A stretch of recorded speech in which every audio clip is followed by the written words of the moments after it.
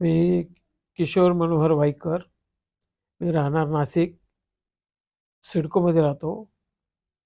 मला अचानक डॉक्टरांनी सांगितलं होतं की बाबा तुम्हाला बायपास करावंच लागेल. पण ॲक्च्युली ते बायपास मला करायचंच नव्हतं. यापूर्वी पण मला काही असे अनुभव आले होते. त्यावेळेला सुद्धा मला त्यांनी ते सांगितलं करावं लागेल. मी ते केलं नाही. पण नंतर आता 11th आवरला आपल्याला काय करायचंच नाही, बायपासच करायचं नाही ह्या ठाम विचाराने असताना मग अचानक मी सर्व्हे केला आम्ही. त्या सर्व्हेमध्ये सरांचा पत्ता सापडला. पण मग नंतर सापडल्यानंतर सरांची पूर्वीचे 25 वर्षाचे माझे संबंध, माझे मित्र त्यांच्याकडे जात होते साठाण्यामध्ये.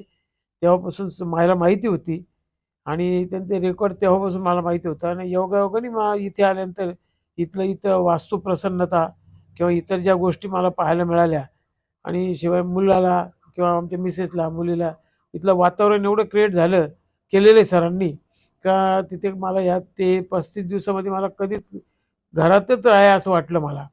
आणि जो रिझल्ट माझा पूर्वीचा होता, का मला थोडं जरी 5 पावलं चालले तर त्रास होत होता. श्वास घ्यायला त्रास येत होता.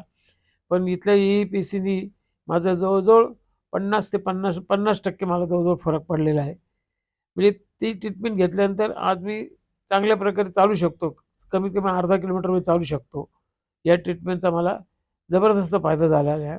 आणि याच्या पुढच्या ज्या काही ट्रीटमेंट्स आहेत 20-25 दिवसाच्या, ते 100% मला माहिती आहे का 100% मी त्याच्यातून बरा होणार, हे मला अगदी पूर्ण खात्री आहे.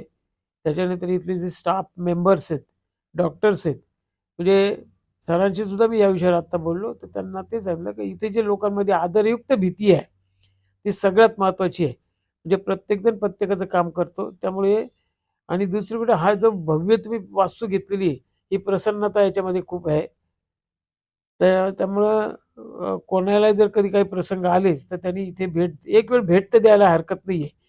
तुम्ही करा नाही तर नका करू, परंतु कमीत कमी तिथलं काय चालतं ह्याची माहिती तुम्ही घ्या.